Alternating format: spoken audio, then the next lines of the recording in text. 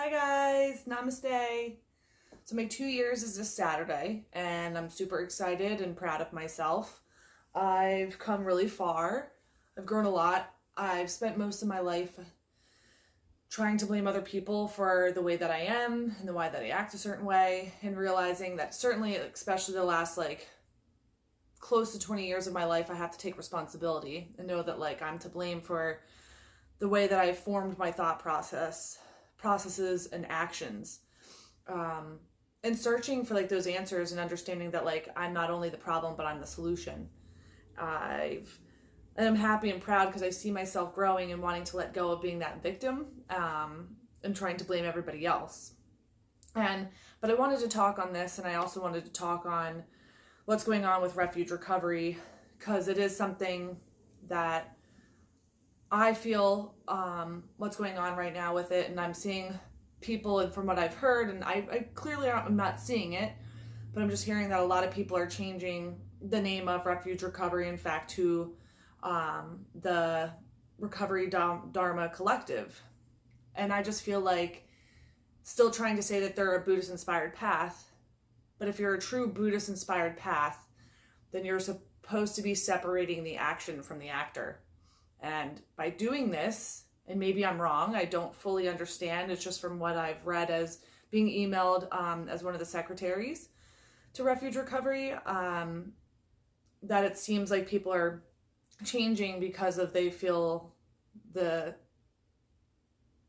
ill will towards Refuge Recovery.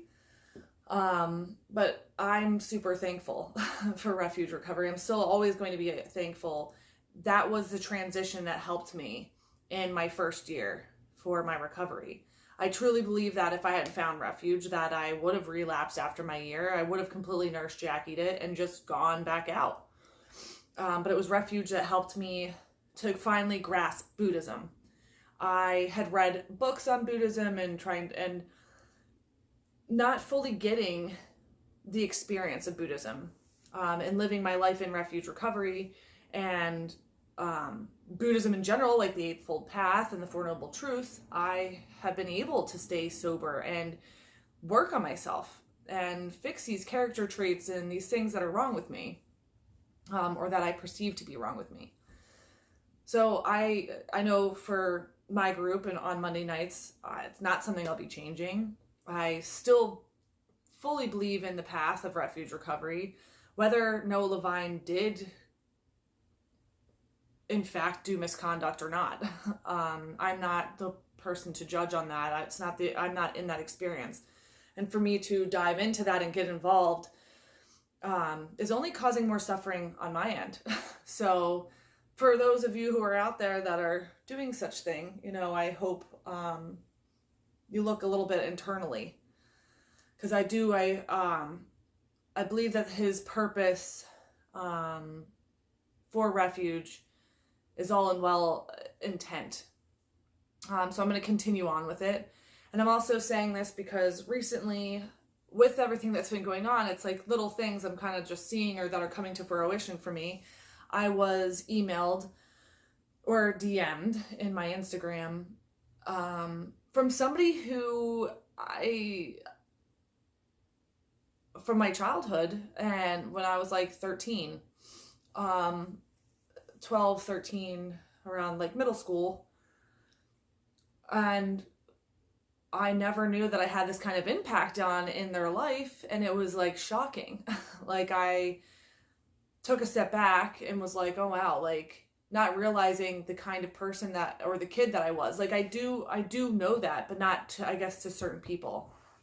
Because I always saw this guy, he was technically, I think almost he was my first boyfriend. And I probably didn't work out because we're both gay.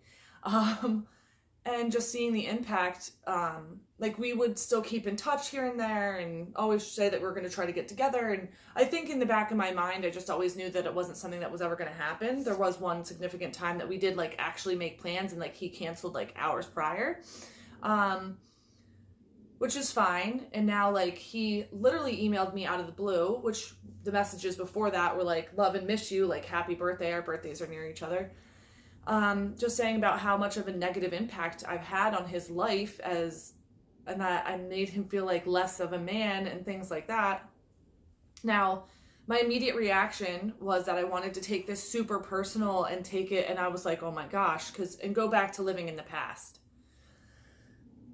I know that I wasn't this gentle, loving being as a 13-year-old. Not that I think that being like that is okay.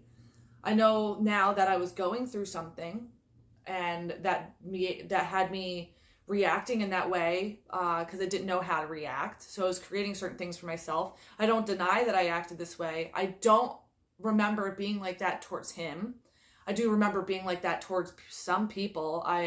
Even the one girl that I was friends with, like I was a terror to her, and her mom even called me like I was not a nice kid. So not even realizing that I didn't know my actions at that time, and clearly even to people that I liked and like respected at that age. So that sucks, having to realize that, but not taking it personal because I was 13.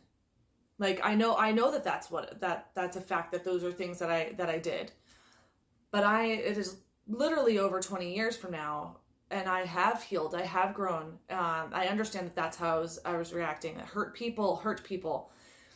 And I've grown so much in my life that I don't live in the past anymore. I live in the future. I do everything I can at best to live in the moment. I clearly don't do it all the time. I am not perfect.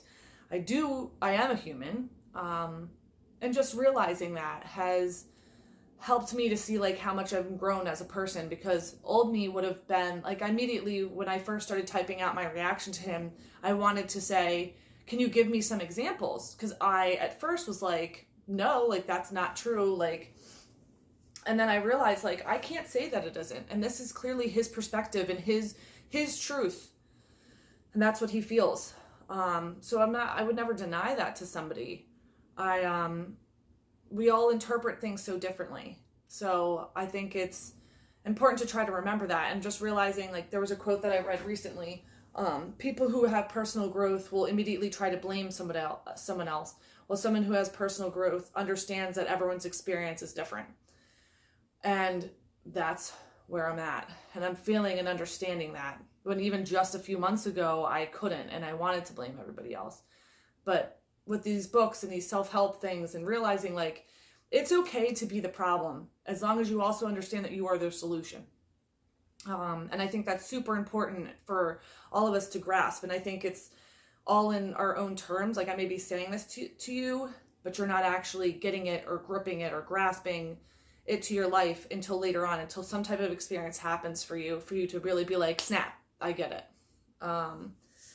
So with all that being said, with my 2 years coming up, I'm super excited. Still haven't really figured out, like last year I went to Florida, and this year I decided that I wasn't going to go that big. I wasn't going to do something like that. I am still trying to like do small celebrations for myself on the year. I don't hold precedent to dates except for every year. So I am really proud. I am going to do something for myself. I do want to continue on this journey and understand that relapse is still a possibility for me. I still have cravings. I know that a lot of my cravings come from an emotional reaction. For me, it's the emotional and having to deal with that. But as the minute I realize that that's why I'm going there, it's easier for me to truck forward and know that the only way out is through. By drinking, I'm only causing more turmoil for myself and more suffering ultimately. So that's really all I wanted to share about. I hope that all of you get something out of this and having a happy and sober life. Thanks, guys. Namaste sober, and I hope you do too.